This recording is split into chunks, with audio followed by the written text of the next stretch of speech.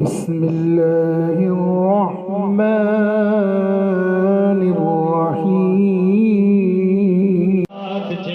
سرکار دو عالم کی جب یاد مجھے آئی دل سینے میں تڑپا صلی علی رسولہ الکریم اما بعد فاعوذ باللہ من الشیطان الرجیم بسم اللہ الرحمن الرحیم قل ان کنتم تحبون اللہ فاتبعونی یحببکم اللہ ویغفر لکم ذنوبکم واللہ غفور الرحیم صدق اللہ مولانا العظیم ان اللہ وملائکتہ یصلون علی النبی یا ایہا الذین آمنوا صلوا علیہ وسلموا تسلیما الصلاة والسلام علیک یا سیدی یا رسول اللہ وعلی آلک واصحابک یا سیدی یا حبیب اللہ.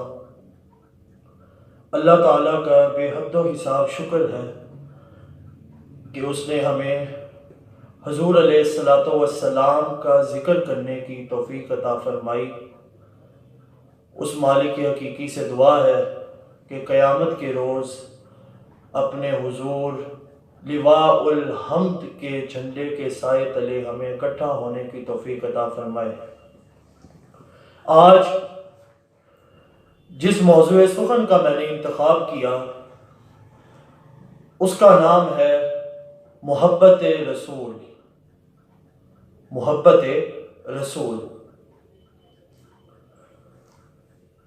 اللہ تعالیٰ نے ارشاد فرمایا قل اے محبوب آپ فرما دیجئے ان کنتم تحبون اللہ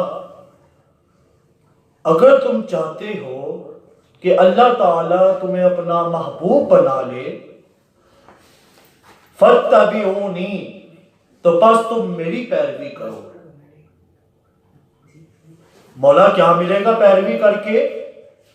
یحببکم اللہ اللہ تعالیٰ تم سے محبت کرنے لگ جائے گا. اور صرف محبت ہی نہیں کرے گا وَيَغْفِرْ لَكُمْ ذُنُوبَكُمْ اور تمہارے جتنے بھی گناہ ہیں ان کو بخش دے گا. وَاللَّهُ غَفُورٌ الرحیم اور اللہ تعالیٰ ہے ہی بخشنے والا اور مہربان. ہے ہی بخشنے والا اور مہربان. اب یہاں پر میں آپ کو ایک نکتہ سمجھانے جا رہا ہوں. اللہ تعالیٰ نے خطاب کیا لیکن ڈائریکٹ نہیں کیا. وسیلہ کس کو بنایا؟ حضور علیہ السلام کی ذات کو. وسیلہ حضور علیہ السلام کی ذات کو بنایا. قربان جائیں. شاعر نے بھی یہاں پہ کیا خوب کہا قربان میں ان کی بخشش پہ قربان میں ان کی بخشش پہ مقصد بھی زبان پر آیا نہیں بن مانگے دیا اور اتنا دیا. ارے بن مانگے دیا اور اتنا دیا دامن میں ہمارے سمایا نہیں. دامن میں ہمارے سمایا نہیں. وسیلہ بھی ذات مصطفیٰ کو بنایا. سمجھا کیا رہا ہے خدا؟ بتانا چاہتا ہے کہ اے لوگوں اگر ڈائریکٹ تم سے بات کرتا تو ہر کوئی اپنے آپ کو نبی سمجھتا. ہر کوئی کہتا کہ یہ کلام ہم پہ نازل ہوا ہے کیونکہ اللہ نے ہمیں حکم دیا ہے. لیکن نہیں.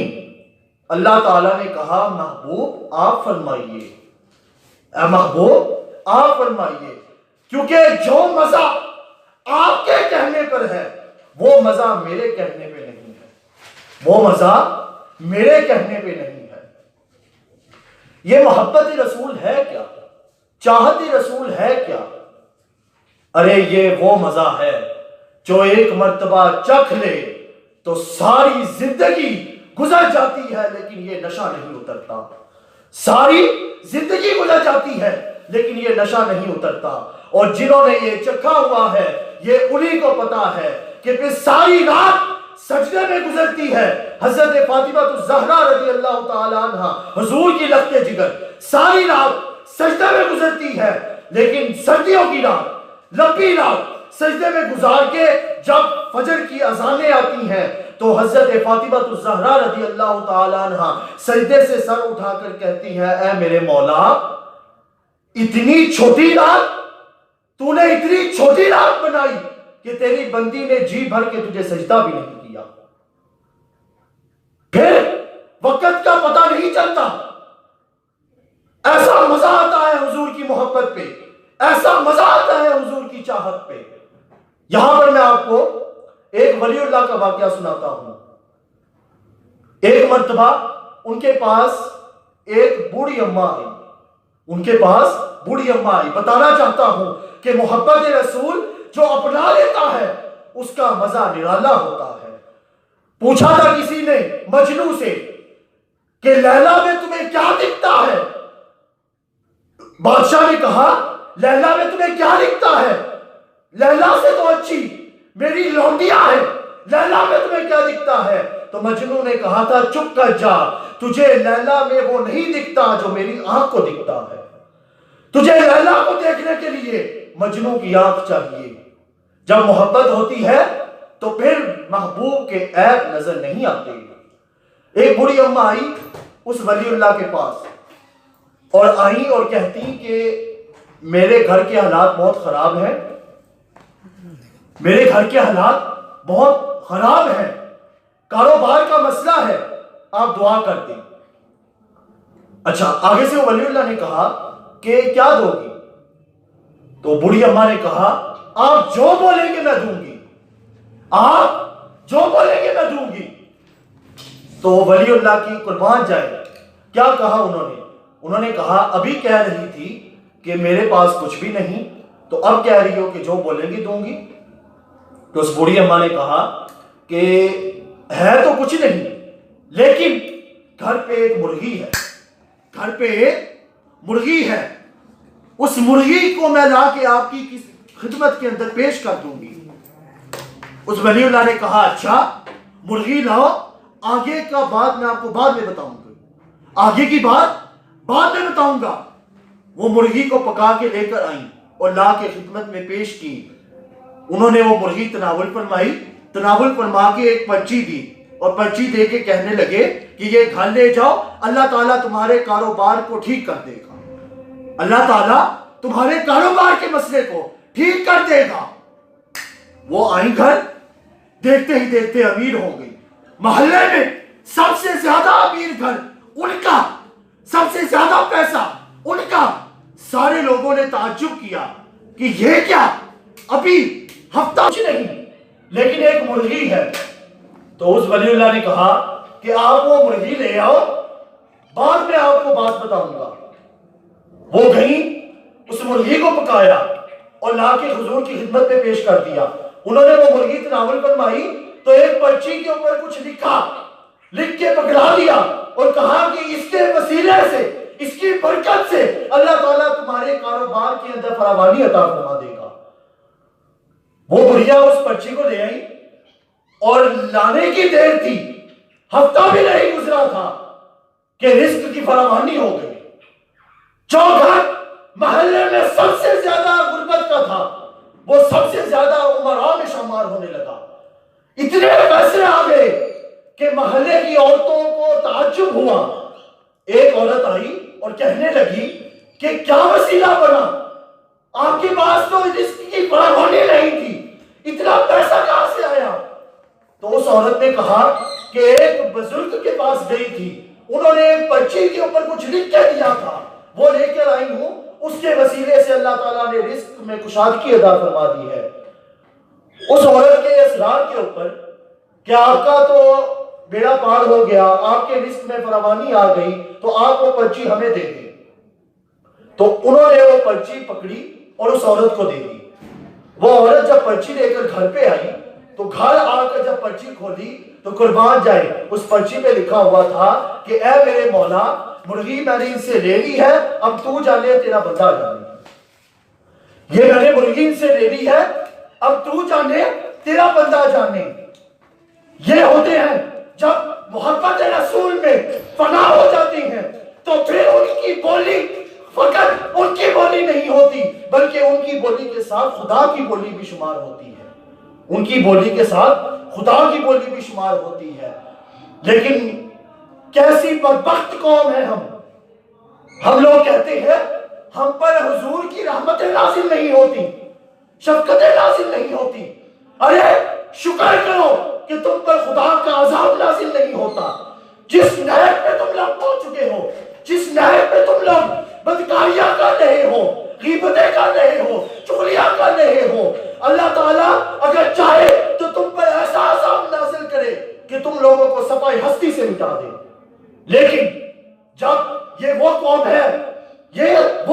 ہے کسی بھی امت نے کبھی بھی خدا کو چیلنج نہیں کیا کہ ہم پر عذاب نازل ہو، لیکن یہ وہ قوم ہے جس نے خدا کو چیلنج کیا تھا لیکن خدا نے عذاب نہیں نازل کیا۔ سبب کیا تھا؟ وجہ کیا تھی؟ فقط وجہ یہ تھی وَمَا كَانَ اللَّهُ لِيُعَذِّبَهُمْ وَأَنْتَ فِيهِمْ۔ اے محبوب میں ان پہ عذاب کیسے بھیجوں؟ مجھے جب عذاب بھیجنے لگتا ہوں تو تیرا چہرہ نظر آ جاتا ہے، تیرا حسن نظر آ جاتا ہے، مجھے ان کے اوپر عذاب بھیجتے ہوئے بھی حیا آتا ہے۔ اگر محبوب آپ اس میں موجود نہ ہوتے تو ان کے اوپر ایسا عذاب بھیجتا کہ ان کو آنے والوں کے لیے اور جو امتیں گزر گئی ہیں ان کے لیے عبرت کا نشان بنا دیتا، ان کے لیے عبرت کا نشان بنا دیتا۔ ہم لوگ محبت رسول کو فقط دعویٰ کرتے ہیں۔ حضور علیہ السلام کے نالین پاک کو سینے پر سجایا تو ہم نے سوچا کہ ہم نے محبت کا دعویٰ کیا اور ہم محبت کے اندر کمال درجے تک پہنچ گئے۔ ساری رات جو لوگ محفل ذکر سجاتے ہیں صبح فجر کی نماز نہیں پڑھتے۔ حضور غوث الاعظم کتاب غنیت الطالبین کے اندر وہ لکھتے ہیں، حضور غوث الاعظم کہتے ہیں سب سے احمق انسان وہ ہے جو فرض کے درجے کو اس کے درجے پر نہ رکھے، مستحب کے درجے کو اس کے درجے پر نہ رکھے، واجب کے درجے کو اس کے درجے پر نہ رکھے۔ ہم لوگ مستحب چیزوں کے پیچھے دوڑتے ہیں لیکن جب فرض کی باری آتی ہے، واجب کی باری آتی ہے تو بھاگ جاتے ہیں۔ ارے یہ کیسی محبت کا دعویٰ ہے، یہ کیسی محبت کا دعویٰ ہے۔ یہ تو قوم یہودی بھی کیا کرتے تھے۔ حضرت موسیٰ علیہ السلام نے جب تورات نازل ہوئی تو جن حصے کے اندر ان کے لیے بھلائی تھی اس کو اپنا لیتے اور جس حصے کے اندر ان کے اوپر تھوڑی سی سختی ہوتی اس کو چھوڑ دیا کرتے تھے۔ یہ قوم یہودی بھی کیا کرتے تھے، یہ سارے کام یہودی بھی کیا کرتے تھے۔ ہم نے اپنے آپ کو کہاں پہ کھڑا کر لیا ہے؟ ارے یہ آنکھیں اللہ تعالیٰ نے قرآن پڑھنے کے لیے دی تھی، یہ کان اللہ تعالیٰ نے حضور کی مدح سرائی سننے کے لیے دیے تھے، ارے یہ پاؤں اللہ تعالیٰ کے گھر جانے کے لیے دیے تھے، لیکن ہم نے ان کا غلط استعمال کیا، گناہوں کی طرف جانے لگ گئے۔ ارے کیا ملتا ہے گناہوں کی طرف جانے سے؟ مجھے تو اس بات کی حیرت ہوتی ہے کہ ایک بندہ اس کے سامنے اس کی اچھائی بھی رکھی جائے، اس کی برائی بھی رکھی جائے، دو راستے بتا دیے جائیں کہ یہ راستہ تمہیں جنت میں لے کر جائے گا، یہ راستہ تمہیں دوزخ کے انگاروں میں لے کر جائے گا، لیکن اس بندے کے عقلوں میں کیسا پردہ پڑ گیا کہ وہ جنت کے راستے کو چھوڑ دیتا ہے اور دوزخ کے راستے کی طرف چل پڑتا ہے۔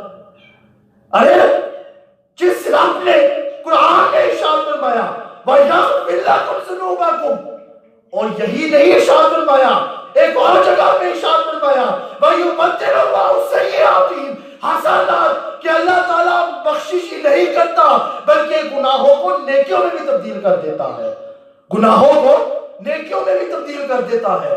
ارے وہ رب جو 70 ماؤں سے بھی زیادہ پیار کرے، جب ہم اس کے نہیں بن رہے تو ہم کس کے بنیں گے؟ کس کا منہ دکھائیں گے؟ ایک بندہ جا رہا تھا تو راستے میں ایک بزرگ بابا جی رو رہے ہیں۔ اس بندے نے پوچھا کہ آپ رو کیوں رہے ہیں؟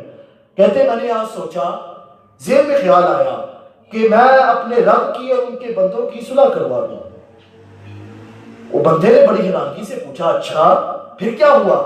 تو بابا جی نے کہا کہ رب مان رہا ہے بندے نہیں مان رہے، رب مان رہا ہے بندے نہیں مان رہے، قربان جائے، رب مان رہا ہے بندے نہیں مان رہے۔ وہ بندہ چلا گیا۔ اگلے دن وہی بابا جی اسے قبرستان میں ملے، وہاں پر بھی رو رہے ہیں۔ وہ بندے نے پھر پوچھا کہ اے بابا جی آج کیا معاملہ ہے؟ کہتے کیا بتاؤں، آج بھی وہی معاملہ ہے۔ کہتے اچھا کیا معاملہ ہے؟ کہتے آج میرے ذہن میں پھر یہ خیال آیا کہ میں اپنے رب کی اور ان کے بندوں کی صلح کروا دوں۔ کہتے پھر کیا ہوا؟ کہتے اب یہ مان رہے ہیں رب نہیں مان رہا، اب یہ مان رہے ہیں رب نہیں مان رہا۔ ارے لوگوں پلٹ آؤ، پلٹ آؤ قبل از وقت کہ تمہاری روح قبض کر لی جائے اور تمہاری آنکھیں بند ہوں اور قبر میں تم سے سوال کیا جائے کہ ما کنت تکون فی حق ھذا الرجل، کہ بتاؤ کہ یہ جو تمہارے سامنے ہستی ہے یہ کون ہے؟ اگر جواب آیا ہائے افسوس میں نہیں جانتا، تو جنت کی کھڑکی کلوز، دوزخ کی کھڑکی کھل جائے گی۔